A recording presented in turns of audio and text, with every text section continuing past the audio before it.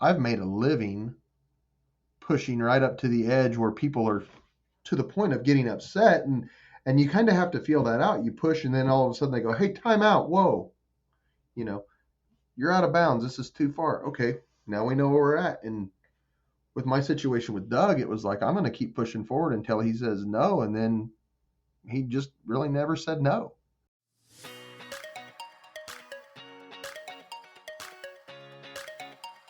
Welcome to the Insurance Refocused podcast, where we're highlighting real agent stories and how they are innovating to respond to the changes and challenges happening in the independent insurance industry. My name's Lindsay, and I can't wait to introduce you to my amazing co-host, who just so happens to be my mom, Carey Wallace. Mom, how you doing today? I am having a great day. How about you, Linz? I'm doing good. It's a beautiful Friday here in Charleston, South Carolina. I am. You know what I'm going to do today? It's the craziest thing. I have not done this since COVID, believe it or not, but we are going to go see our first movie tonight, believe it or not. How crazy is that? That's going to be fun. You'll have to get like a big box of popcorn. You know, with Dad, he will have the biggest box of popcorn and not share it. So there's that. Yep. But yep. I can't believe we used to be like crazy moviegoers, and I literally have not been in the movies for almost 3 years, which is crazy. So anyway, yeah.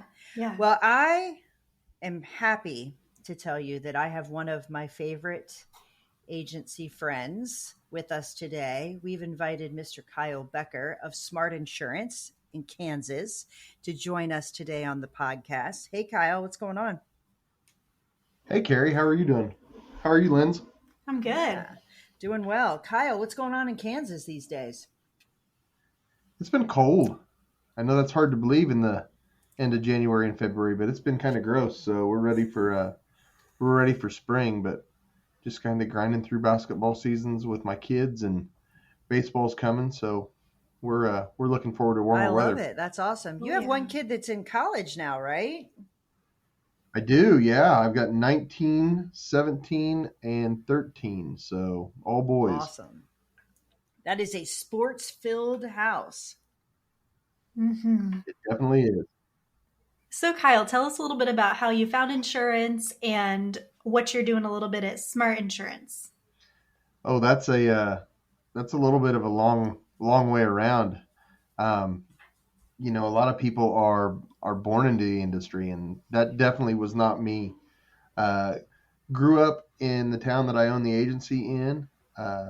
Went to high school. My dad was our local funeral director, so he knew everybody, which means I knew everybody, which means everybody knew what I was doing and when I was doing it. And we could get into a lot of stories to talk about that, but got out of high school, went to college, played basketball for a couple of years, ended up at K-State, finished up my degree, got a degree in secondary education with an emphasis on history, and I was going to teach and coach, which I'm sure I would have gotten fired from now, living what life really is.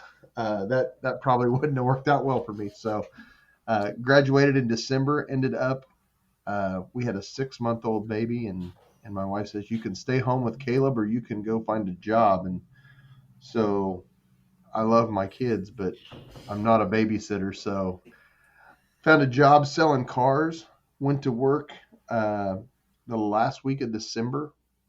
And basically I worked 5 days. I sold 3 cars, and I made more money than my wife made in a month. And I went, why am I going to teach? So spent 10 years in the car dealership world, worked my way up through finance, worked my way up to general sales manager, and came home one day and my lovely wife said, you know what, you need to find something different, or I need to find somebody else because you're never home. And I think I made a good choice. So I started walking into my insurance agent, who's Doug Smart at Smart Insurance, and I would walk in every couple weeks. Hey, you ready to hire me and sell me the agency? Nope. Hey, you ready to hire me and sell me the agency? Nope. And so like I sold cars. I just asked him a whole bunch. He called me one day and said, "What are you doing?" I said, "Well, I'm smoking brisket and I'm drinking a beer." He says, "It's 10 o'clock on a Thursday. What are you doing that for?" And I said, "It's the only day off I've had other than Sundays this month. That's what I'm doing." Mm-hmm. He pulled in and said, "I'm ready to hire you. I'm ready to sell you the agency. I'll drop the paperwork. You can start and this was in October. He goes, "You can start in January." I said, "Okay." So that's how I ended up in insurance. Hey guys, if you're looking to improve your bottom line, allow your team to operate efficiently, and really improve that customer retention, I believe you should check out Ascend. Ascend is the all-in-one insurance payment solution. They are focused on streamlining your invoicing, premium financing, accounting, and they'll even make your carrier payables for you. They are taking agency bill and making it as easy as direct bill. That is a game changer. They integrate with all of the major AMS players, and here's the best part. It's free. There is no subscription, no cost to you. They allow your customers to pay how they want. If you are interested in improving your efficiency, go visit ascend.com/insurance refocused and let them know that we sent you.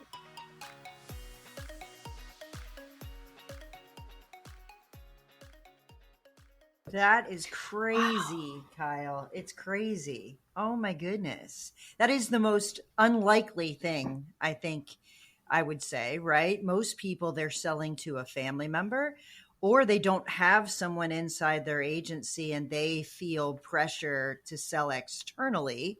Here is someone who says, "Hey man, I see a great opportunity in insurance. I want to get into that, and I want to do it from the beginning with a pathway to ownership." And, I think about the agency owners today that are 55, 60, 65, even 70, that wish they had someone knocking on their door saying, "I know how to sell. I want to be in this industry and I want to buy your agency from you." That just doesn't exist. Yeah, and obviously I know we'll get to this, but the fact that I had somebody that was willing to go, "Okay, I know you can get money, Kyle. Like we'll have to figure out how to get money, but I know you can. I know you have the ability to borrow the money. So let's figure this out."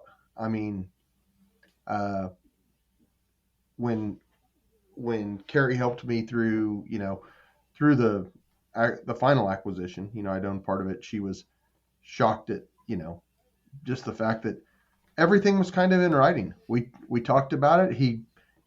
We didn't do a valuation. It was a multiple of revenue, which makes Carey pull her hair out, which I love. But it's like I didn't know anything, right? I didn't know anything about what an agency was worth. I just knew that, hey, based on what you're telling me, the agency makes, and based on what you're telling me, I'm going to pay for it. It should pencil. Mm-hmm. Yeah. So it should work out. Going back, like looking back at your experience, if you were to give someone advice who is going through the process that you went through, what do you think you would say?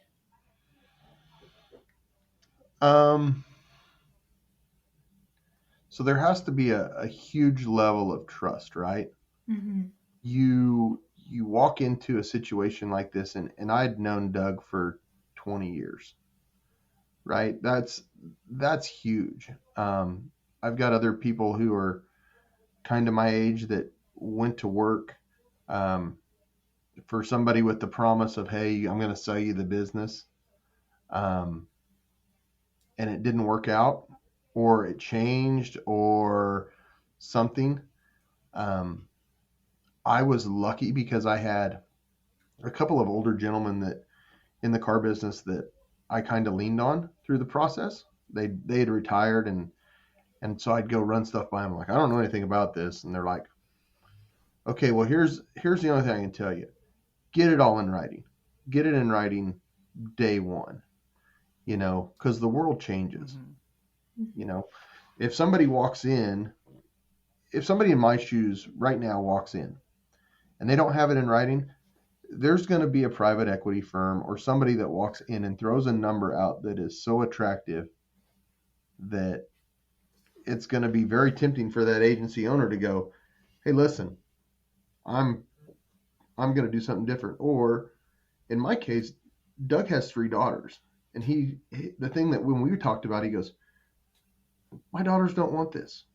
They don't want it. And I said, I know, but they're all going to be married, and their husband may want it, and they're married to your daughter. So we spent a lot of time, we had a lot of trust in each other, but we spent a lot of time putting everything in writing. I knew what day I could start buying it. I knew the percentage I could buy. I knew the multiple of revenue I could buy. And we knew how it was going to work. And then we also knew on the backside how we were going to get out of this if it didn't work out, because we're both friends, and if you ever have to get out of something, that's when it's sticky and people are upset and they're hurt or whatever. So we wanted to put everything in writing up front. Yeah. And that takes a lot of trust on his part to go, listen, this guy who doesn't know anything about insurance, I'm going to do this with. I don't even really know if he's going to work out, but here's what I'm doing. Well, here's the thing, though, Kyle. He knew you. He knew your family. He knew that you were persistent. He knew you were probably very successful selling. And he knew you wanted it. Like, listen, if you didn't want it, you wouldn't have kept asking. And I could not agree more. Unfortunately, lots of people in our industry do things on a handshake or on a conversation that they've had for 30 years. And then when the time comes, the circumstances are different, and what that conversation was doesn't occur. It's brilliant that you were able to put it in writing and have the forethought to say, here's what the first transaction looks like. Here's how we get to the second transaction. Here's what happens if we want to accelerate it. And here's what happens if either of us change our minds. What does this look like? And I'm oversimplifying, but honestly, if one of you dies, if one of you becomes disabled, if one of you becomes unable to continue in what we think it's going to happen, that was spelled out in your agreement, and you are in the minority. Many, many agency owners do not take the time to write that down or to even think that through, and they find themselves in situations where their options are very limited. So super hats off to you for being able to do that. I do want to ask about this. So you have it all in writing, you join the agency, and you are a minority owner, but the reality is Doug has a finite amount of time in the agency. You have a much longer runway, and you come in, you learn, and you want to invest in the agency, but Doug is still majority owner. What's that dynamic look like? Tell me how that works. You might need to be a little hard-headed. I don't know if hard-headed is the proper term to make you sound like you're smart, but that's what I am, unfortunately. So yeah, I was in the agency for 3 years, I think, before I started buying in.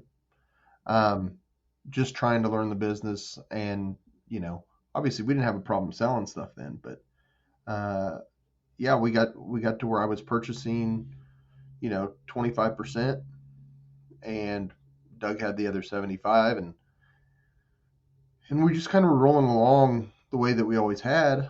Doug made decisions. I was an owner, but basically in name, really. So an opportunity came up with the association in Texas to do I'm going to call an agency excellence type deal, and program that's a year-long commitment.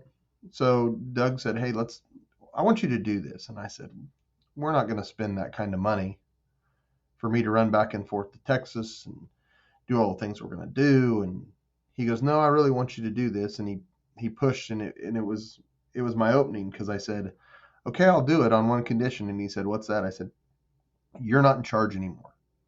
He goes, what does that mean? I said, your job is to be a producer. I'm running the agency.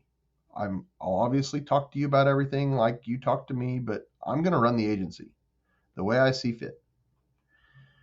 He goes, so the only thing I have to do is sell insurance. I said, yep. He goes, sounds good. Let's do it.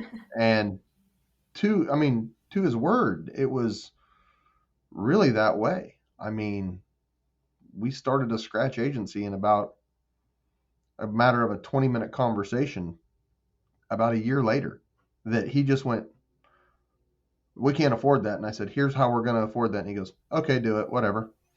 How did you know he was ready for that, though? That's the question, Kyle. Like, I think there's lots of people that are sitting inside an agency. They're minority owners. They know they're the successor, but they don't move to being the person making decisions, or there's a hesitation for whatever reason. How did you know he was ready?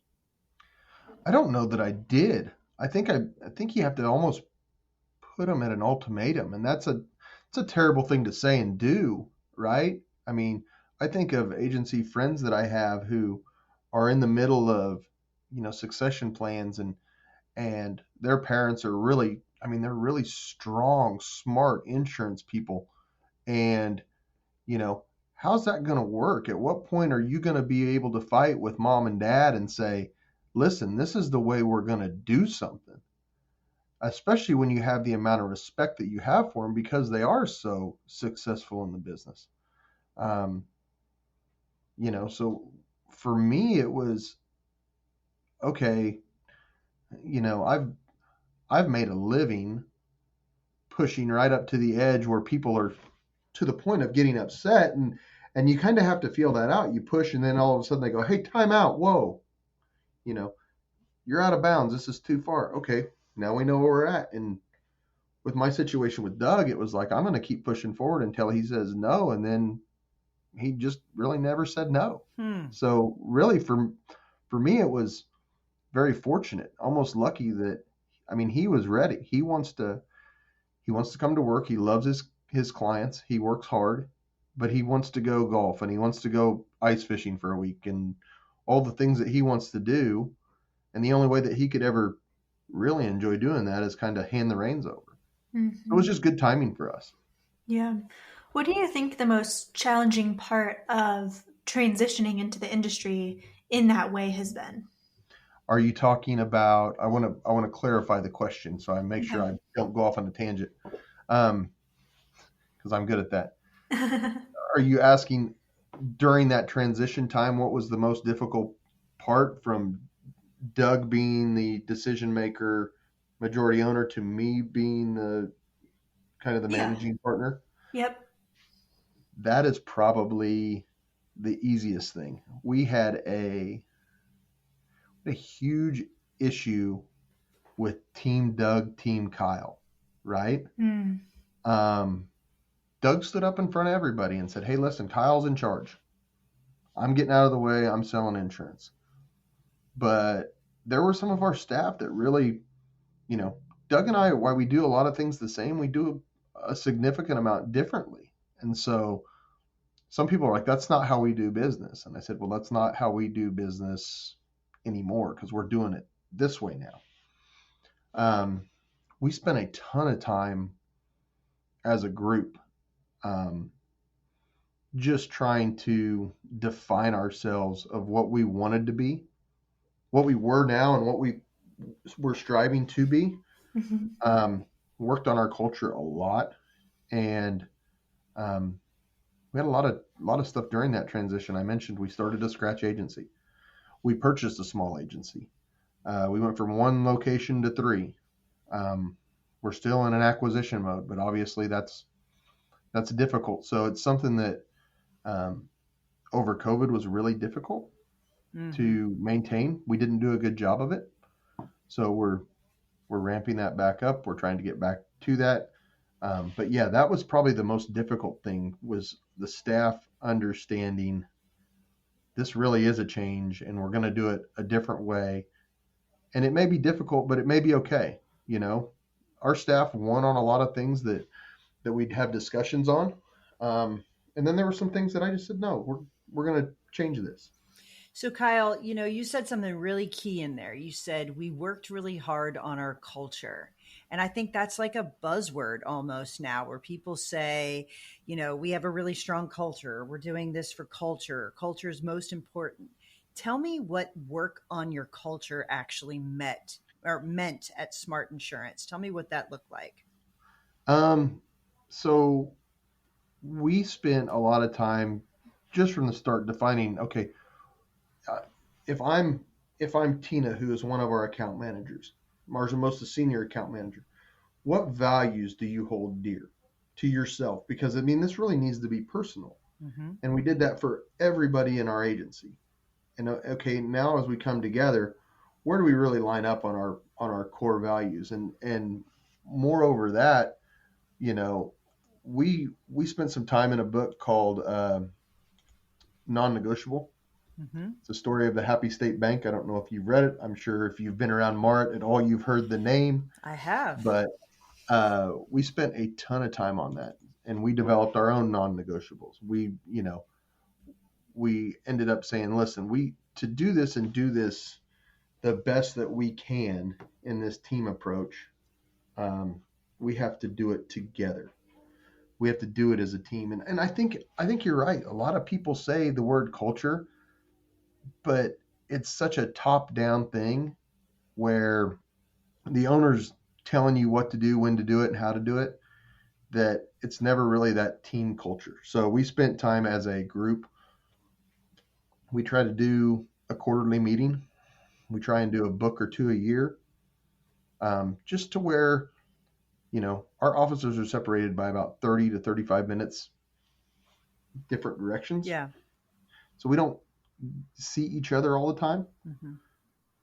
So we try and get together. We try and, make sure that we're communicating at a good level and kind of develop that and foster that. I think it's incredibly important that you use something like a book to connect to what's most important and reinforce it. Because again, if you put words on a wall or if you talk about it, but you're not actually living it, it really doesn't matter. And then it's the buzzword. So I love that you're actively doing things in order to make sure that people are connecting. What do I do every day? And what does that actually mean for Smart Insurance? And am I a contributor to this culture? Or am I a detractor from this culture? Right? Absolutely the thing that, I think as an agency owner, and especially kind of a young agency owner, at least in the grand scheme of average age, it was, Doug's a very top down leader. We're coming to work and we're going to work, and and we're going to put our nose down and we're going to do it, and did amazing at it. My style's a little different, but at the same token, when we start talking about non-negotiables, they're mine, right? You can't work here if you can't live by these. Right. And that makes it simple because we keep bringing them up, we keep talking about them, and it makes it so much better when I go, listen. Prime example, I had an employee. My employee says, I said, hey, I'm going to field day. My kid's 5th grader or something. And her kid's the same age. Said, hey, are you going to field day? No, I don't want to take the time off. Well, our first non-negotiable is family first. Like, I am not going to miss anything. I was in an industry where you missed everything because you worked. And this industry is awesome. It affords you some flexibility. I'm like, okay, well, you're fired. She goes, excuse me? And I said, you're fired. Either get your stuff and you go to field day and watch your kid, or you're fired and you go to field day and watch your kid. I really don't care, but that's your options. And so she decided to take the hour. Good for her, right? I mean, what'd she make? What did she not make? Exactly. But what 20, impact? $30? Really? You don't get that back. But the cool thing is, what's the impact to her kids and her family? And you know what? When she goes home and she maybe has a bad day and says, you know what, work was hard today or whatever, but she's going to remember, but these people care enough about me that they want me to be there for my kids. And, if she has a husband, they're going to say, remember, You have the flexibility to be available. In fact, you're encouraged. You might get fired if you don't do it, which is even better. I love it. That's awesome. All right, so let's talk about something different. You said you are a young agency owner, and I would definitely put you in that category, knowing that the average agency owner is nearing retirement. So, talk to me about what you think the biggest challenges are in our industry right now, and what are you doing to position Smart Insurance to be able to compete and to be able to thrive as the industry is moving and shifting, Kyle? That's a big question. I know, man. I go big. This is not So, this is not basic here. This is so big. there's different layers to that, right? Sure. If we talk from an agency owner standpoint and an agency standpoint, I feel like carriers are forcing agencies to acquire, be acquired, or merge. Yep. They won't come out and openly say it, but they'll say it in their compensation structures. Yep. Yep. The bigger you are, the more commission you make. And that's pretty simple. So they're going to push the state of Kansas, instead of having, I don't know the numbers, right? But we're just going to say 500 independent agencies, right? They're going to push us to have 50 independent agencies. Some are going to get purchased. Some are going to fade away. Some are going to, merge, but there'll be multiple locations all over, but there'll only be so many independent agencies. To position yourself right now, it's tough, right? You have to have conversations consistently, right? You have to talk to people who are in that age demographic that say, and most agency owners say this in that age demographic, I don't want to sell to big business, right? They don't want to sell to big business, but big business brings big dollars. So, does it fit your geography? Does it fit your culture? Is the book healthy? Can you afford it? Will it cash flow itself? Oh yeah. There's all these things that go into it. So what I'm trying to do is I'm trying to cast a really wide net, right? You have those conversations with multiple people, and you try and figure out the thing that's great about all those agencies that maybe can work within your own agency. So that's really difficult. And then lastly, I think right now, talent is so difficult. Finding talented people. I don't care if you know anything about insurance. I'm living proof that you can do this and not know anything about insurance coming in. So we look for, people that fit our core values, people who fit our, non-negotiables, people who we think have some talent with people. I just hired a 23-year-old producer who has a young lady who doesn't know anything about insurance. She starts in a week. And I'm excited because she doesn't have any bad habits, right? That's right. She doesn't have some preconceived notion of what insurance is. So, and my staff's aging. My staff I've got 5 people within the next 10 years that are going to retire. Mm-hmm. Out of a staff of 13, that's a big turnover. Yeah, good for you for attracting some new talent to your agency. That is exciting. I mean, there's a lot of people struggling with, what do I do with talent? How do I I'm just guessing, since I know you, that you probably embrace remote work. You embrace a flexible schedule. You might do things that would attract talent. I know for sure you embrace a culture that is much more flexible than the average place, but all these things lead to whether or not you can attract talent to your agency. There's just no two ways around that, Kyle, right? Well, and you have to understand, geographically where you're living. Yeah. The town I'm in, 6,500. Another one of my agencies is in a town of about 20,000. Oh. Another one of my agencies is in a town of about 3,500. Oh, wow. So, to find that person, you're going to probably go steal somebody. And you might not make some friends doing that. But at the end of the day, So, somebody else's business may hurt a little bit, but they wouldn't leave if they weren't thinking they were bettering themselves. Yeah. So let's, we've done a little bit of work together. We've obviously worked on your transition, but even we've looked at a couple acquisitions together. So tell me, there's a ton of people that are thinking about acquisition. It's no surprise. I think you guys are well positioned for the right opportunity to grow by acquisition as well. What advice would you give to another agency owner going through the process? It sounds like you and Doug did a couple as well.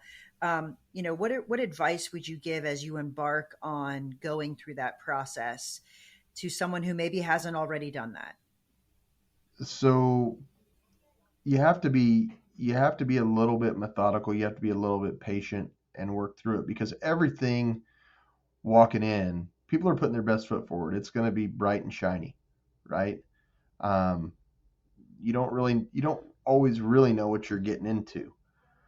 I've had one I had one acquisition that worked out, and it worked out just the way we talked about. It worked out, the way that we planned, and it's grown the way we expected it to.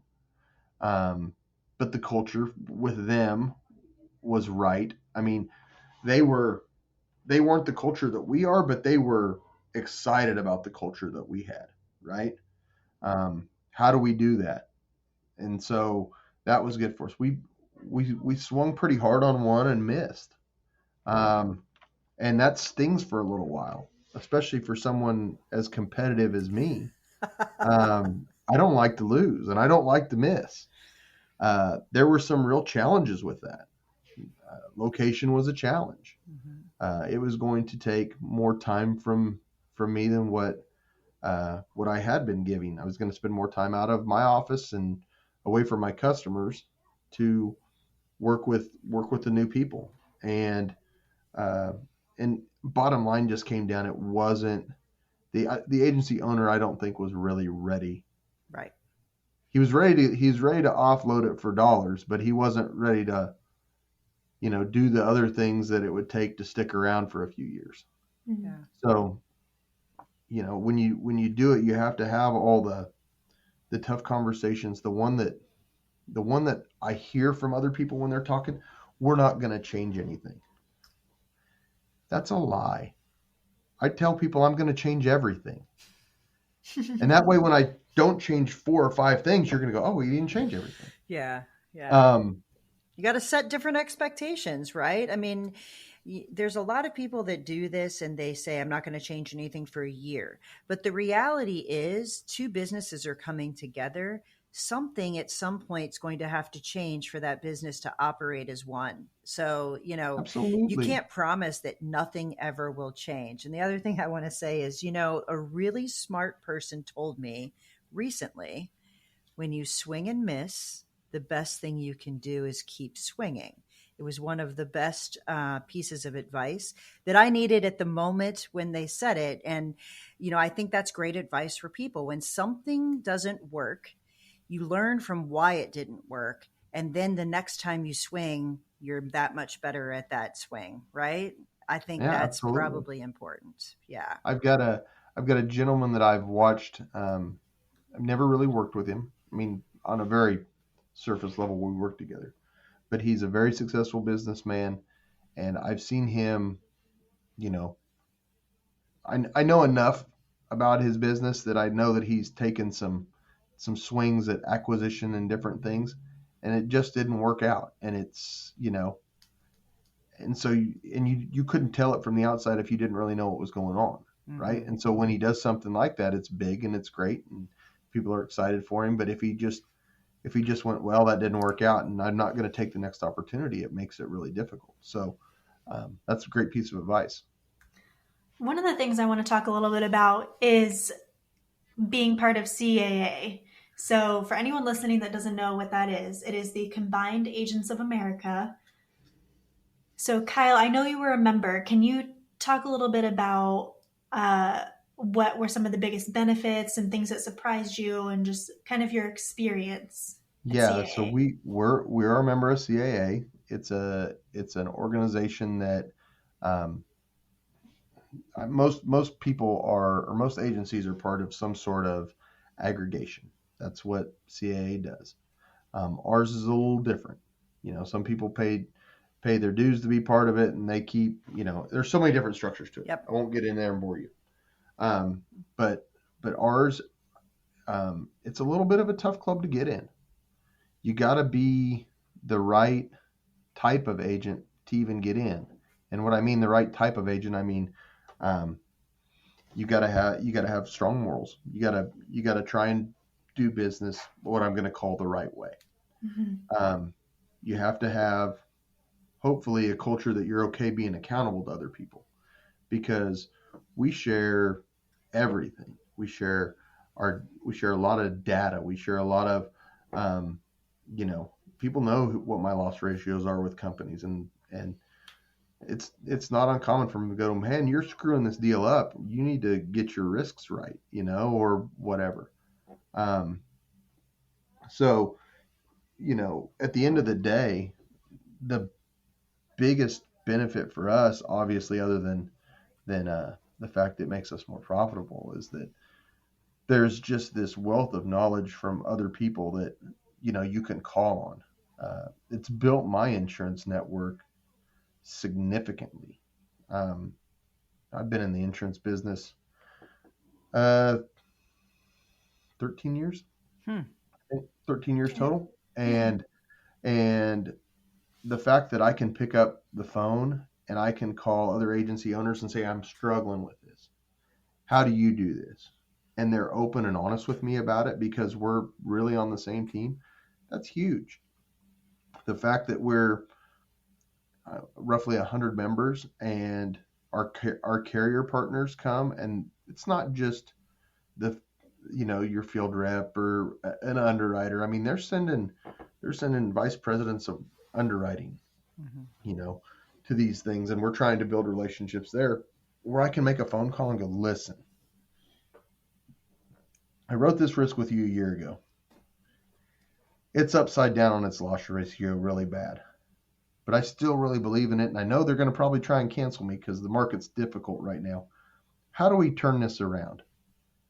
And they go, okay, well, let's get loss control out there, and let's see if we can do some things to keep it on the books. And, it gives you the opportunity to talk to the right people. Right. If you're willing to go to these meetings and you're willing to put yourself out there and you're willing to, go have those conversations. Kyle, I get to see some of that. And I will tell you, being able to be part of that network and knowing that the agents that you reach out to have the same level of commitment, it's powerful. It really is. It's pretty cool. And the fact that there's exposure to the right people to have these conversations, you could build that over time on your own, but I don't think you'd be able to build it with the same number of carriers, with the same number of partners. And the other piece is, what are these other agencies doing to innovate and learn from what worked, what didn't work, before you start having to try and do trial by error a million different times? The level of sharing and accountability, I think, really lends to that network and the sharing that I've seen, at least from the outside at CAA, which is pretty special. I was reading an article the other day on Nick Saban, and he was talking about, the longevity of success that he's had, right? And he's like, I'm not the smartest guy in the room. He goes, I steal stuff from everybody. Because somebody is doing it better than I'm doing it. And that's really powerful. And I'll be honest, I do it too. When we break out, I try and go find Ashley Hart at Cravens Warren in Houston, Texas. Her agency is nothing like mine. Mm-hmm. It is absolutely zero like mine. And I learned so much from somebody like her because, typically if you go to a carrier meeting somewhere, you may hear Ashley talk and she's brilliant, right? But you don't know who she is and you don't really have that access. Now I've got access to her and going, okay, hey, listen, I'm striving to be your type of agency. Mm-hmm. Obviously we don't have that market, but how do you do this? How do you do that? And when you're in a group like that, hey, listen, what you do affects me. So I'm going to share it with you, and you can do it better then, and that'll help all of us. Um, we're super blessed from that. Yeah. What piece of advice do you think you would give someone my age who's entering the industry and is looking to take the same path that you did? Okay, this is my advice, Lindsay. Oh, Carey just bounced back like I know Kyle will say exactly what he thinks here, and just keep it PG. So I'll keep it PG, Carey. Thank you. Okay. I appreciate that. Lindsay, how old are you? I'm 23. I think I'm 23. Yes. You are at a phenomenal age for this industry. The young lady that we just hired that I'm excited about is 23. I've got a son who's 19, and this is the advice I've given him, and I think it goes for everything, not just for insurance. So your whole life that especially your formidable years here, we're just going to call them your last 7, when you kind of are seeing how the world unfolds and how it works, has been very empathetic, very, sympathetic, very, hey, we all need to come together. We all need to be nice to each other. We all need to, and that's true. We do. But the people who've got a little bit of mental toughness, who have a little dog in them, are going to have opportunities above and beyond, because I know I sound like the old guy, like, get off my yard, kid, right? I know that. But there are a lot of people who are going to be content to going and working their 8 to 5, who want to go work for remote. Well, when you don't see your boss every day, and they don't see how hard you're working, and they don't know things about you, and there's no personal relationship, the people who are willing to really go out and bust their tail and grind and, take chances. I mean, you talk about a world that's become extremely cautious. We're living in it right now. So young people like you who are willing to say, listen, I don't know anything about this, but I think it sounds awesome, and I'm willing to take a chance, and I'll go work my butt off to get it. You guys are going to position yourself into something that I don't think anybody that Carey's age or mine has seen, right? You're going to position yourself into, because, hey, we've got 55-year-olds that need to leave in 10 years, and they need paid. And the talent pool is such of, well, I could give it to one of these people that I never see and they don't come into work and all those things, or I can put it into somebody who is really here every day, showing up, grinding through the hard stuff and not just bouncing out when it's tough. So if you got a little dog in you, if you're willing to just be tough, man, you guys are going to have amazing opportunities. So that's my advice to anybody who's, I'm going to say 17 to 20, late 20s. If you're willing to really get after it and not afraid to go try something, you're going to have amazing opportunities. I love that mindset. I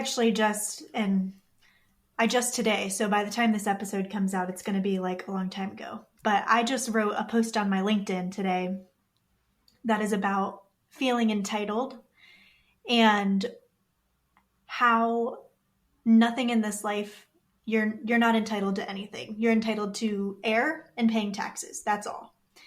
Working hard is what will get you there. Working hard. What else did I write? Working hard, making connections, and seeking out opportunities, like learning how to sell yourself, is the 3 things that will get you anywhere. So I love that advice. I love that mindset. Great advice. Especially, I mean, unfortunately, I've had to kind of live that, because if you don't grow up in this industry, it's not the easiest industry to get into. I mean, I'm talking the independent side, right? It's true. I think a captive market, State Farm, Allstate, those guys, they take a lot of people and they put them in points, and they kind of manage stuff, and a lot of them do a great job, right? They really do. But to get into an independent agency that you own the book, and you're not somebody's kid or not somebody's relative, it's difficult. So, for me, it was a little bit of luck, but it was a little bit of, hey, I'm going to bully my way in here. So if there's a little dog in you, is what you're saying, right? I say it a different way usually, and it's not PG. So I thought I did pretty good with it.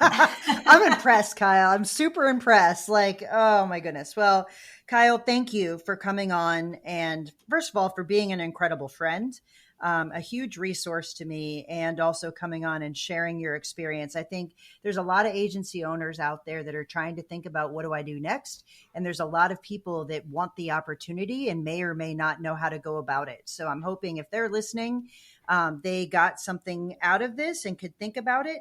If any of those people wanted to reach out to you, Kyle, how could they reach you? Obviously, if they come through you, that's great. If they come through our website, that's fantastic. smart-ins.com. You can find me there. I think my cell phone's even on it. So always happy to talk to people about it. My path is a little bit different, but I think that there's a lot of opportunity out there if somebody's really wanting to get in the middle of it. And I'm more than happy to go deeper into my story or give them advice, even if it's bad advice. Well, don't do that. That'd be terrible. Anyway, well, thank you for coming on with us, Kyle. It would not be on purpose. Yes, thank you, Carey. All right, man. Take it easy. Thanks so much for tuning in to the Insurance Refocused podcast. If you enjoyed the episode, please be sure to hit subscribe and leave us a review so you'll never miss us. Want to learn more about how Agency Focus can help you grow your agency? Head to agency-focus.com or email Carey directly at carey@agency-focus.com. If you need to get in touch with me, feel free to shoot me an email at lindsay@agency-focus.com. Thanks so much for tuning in. We'll see you next week.